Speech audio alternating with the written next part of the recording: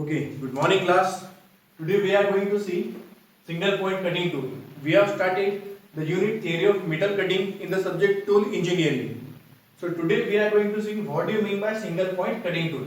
What we have seen up till now, we have seen what do you mean by manufacturing processes, what are the different kinds of manufacturing processes that we have seen, and again we have seen the theory of metal cutting. Metal cutting मतलब क्या होता है? The metal removal process or the machining process, wherein the material is removed from the metal or from a particular object to get the desired shape and size. So that is what is machining process. Then we have seen what are the different types of tools used for machining. Machining के लिए हम क्या क्या different tools use करते हैं. उसमें single point cutting tool थे, multi point cutting tool थे, उसके बाद में सिंगल डायरेक्शन कटिंग टूल थे, और फिर जो रोटरी था linear rotary, linear and rotary and combination, जैसे उसमें ड्रिल्स थी, बोरिंग मशीन्स थी, बोरिंग ड्रिल्स थी, बोर्स थी, ब्रोचिंग थी, मिलिंग थी and so on. Now today we will see what do you mean by single point cutting tool. तो this is the single point cutting tool. ये जो हमने lathe पर यूज किया, जब हमने टर्निंग ऑपरेशन किया था तो हमने लेथ पर जो यूज किया था, that tool we call as single point cutting tool. तो ये सिंगल पॉइंट कटिंग टूल कुछ तो भी इस तरह का होता है. Here you can see in the diagram. तो यहाँ पर ये जो पार्ट है, दिस पर्टिकुलर पार्ट, सपोज ये जो पार्ट है, this is called as shank. ये पार्ट को हम लोग बोलते हैं शैंक, ये पार्ट को हम लोग बोलते हैं face. This is called as shank, this is called as face. और ये फिर इसके नीचे इसका बेस रहेगा. और ये जो होगी फिर दिस एज, इसको हम लोग बोलेंगे cutting edge. This is called as cutting edge. ये होगी एक कटिंग एज. इसको भी हम लोग बोलते हैं this is the another cutting as.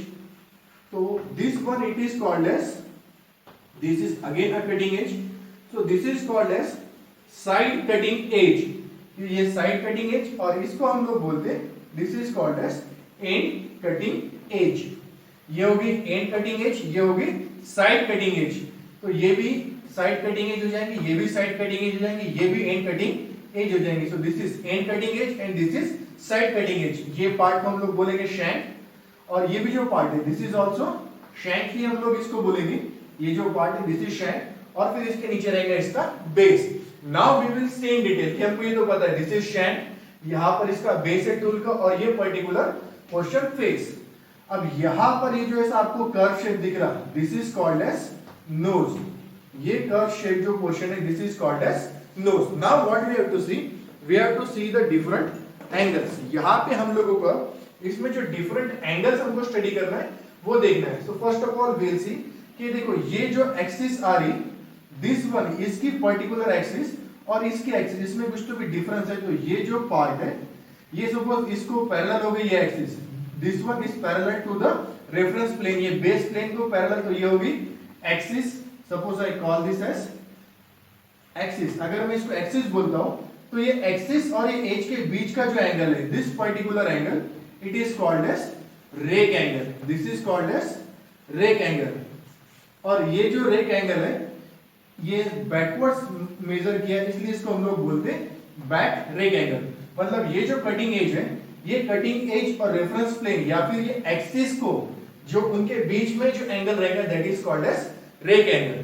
Same veg में आप लोग यहां पर देख सकते हो, दिस इज द एक्सिस और ये यहां से जो दिस पर्टिकुलर पोर्शन जा रहा है, दिस वन, तो ये जो एंगल बना, this particular angle, it is called as rake angle. और इसको कौन सा रेक बोलते हैं? क्योंकि हमने इसको साइड में मेजर किया, इसलिए this is called as side rake angle.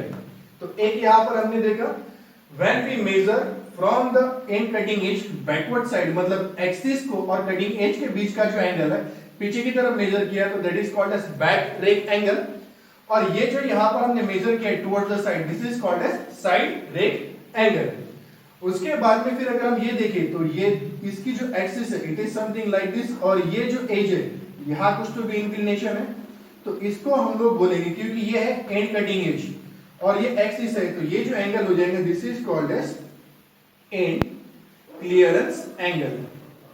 End clearance angle. और सेम वेज में यहां पर जो एंगल है between this axis and this, इसको हम लोग बोलेंगे side clearance angle. This will called as side clearance angle. So अभी तक हमने देखा back rake angle, side rake angle, end clearance angle, side clearance angle. और वैसे फिर उसके बाद में ये जो कटिंग एज है, ये दिस कटिंग एज और ये कटिंग एज, तो ये जो एक्सिस से यहां पर ये जो एंगल बनेगा, इस एंगल को हम लोग बोलते हैं this is called as end cutting edge angle. End cutting edge angle, this is called as end cutting edge angle. You will understand it here? देखो what you have to do, you have to see the diagram perfectly। और ये सारे angles एक बार अगर हम लोगों को समझ गए कि एंड कटिंग एज एंगल क्या है, साइड रेक एंगल क्या है, बैक रेक एंगल क्या है, what do you mean by end clearance angle, then everything becomes easier for us। और ये जो पर्टिकुलर पोर्शन रहता है, देखो कि यहां से ये it is something like this, तो this one this is called as relief. इसको हम लोग बोलेंगे this is relief. I am writing it R, ये हो गया इसका रिलीफ। अब हम उसके बाद में पहले ये एंगल समझ लेते हैं, उसके बाद में फिर इसका हम इफेक्ट समझेंगे कि ये क्यों है ये एंगल्स, इससे बेसिकली क्या होता है, वील अंडरस्टैंड इट देन। तो ये देखो, ये हमने देखा जो कटिंग टूल का जो पोर्शन हम लोग मशीन में होल्ड करते हैं, suppose this is the cutting tool, और ये जो हम इसको क्लैंप करते हैं, तो जिस सरफेस को क्लैंप करते हैं, होल्ड करते हैं, that is called as shank. और जो उसका बेस रहता है, बेस तो हमको पता है दिस इज द बेस। उसके बाद में यहां पर ये कटिंग एज है, ये कटिंग एज है, ये कटिंग एज है, ये कटिंग एज है, ये कटिंग एज है, ये, तो ये जो कटिंग एज है इसको हम लोग बोलते हैं end cutting edge. This is called as end cutting edge, या फिर हम लोग इसको माइनर कटिंग एज भी बोलते हैं। एंड कटिंग एज और माइनर कटिंग एज, इसको हम लोग बोलते हैं साइड कटिंग एज और मेजर कटिंग एज।